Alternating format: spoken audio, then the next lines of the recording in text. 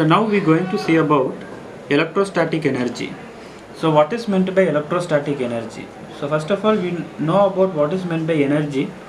So in previous case we have seen about the charge stored in the capacitance. Then we should know about what is meant by energy stored in the capacitor.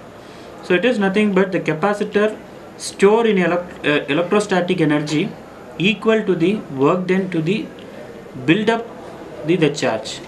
So I can tell the potential V is nothing but work done per unit charge. So now I can express as dW divided by dQ. So where dW is nothing but your work done per unit charge. So this is nothing but a differential charge.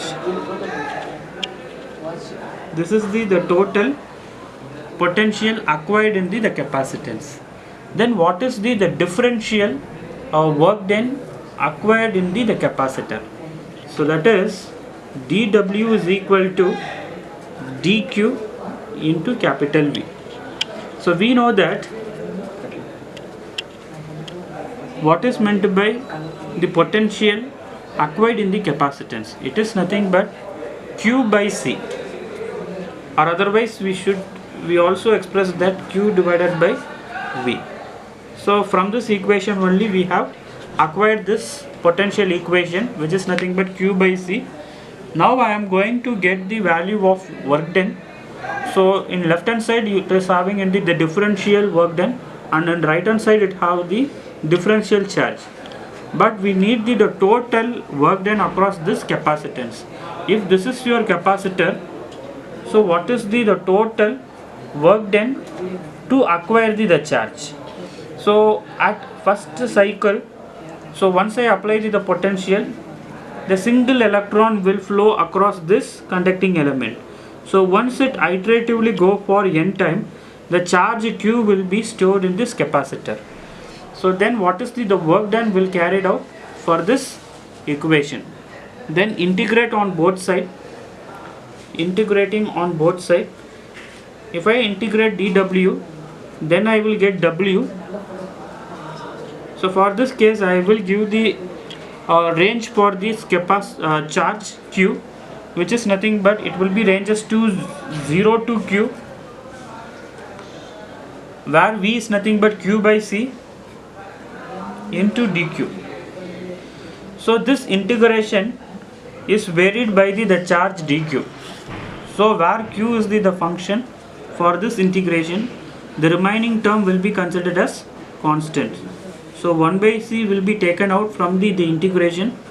So integral of 0 to Q, Q into dQ. If I am integrating Q for one time, then I will get the value Q square by 2.